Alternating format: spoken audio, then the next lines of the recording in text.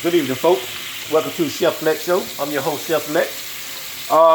Game day Sunday, and today I'm cooking me some homemade popcorn chicken nuggets. I marinated in some Sazon batter and pureed jalapeno paste and black pepper. And as you can see how they turn out, golden brown. And this is for game day Sunday for us Cowboy fans. And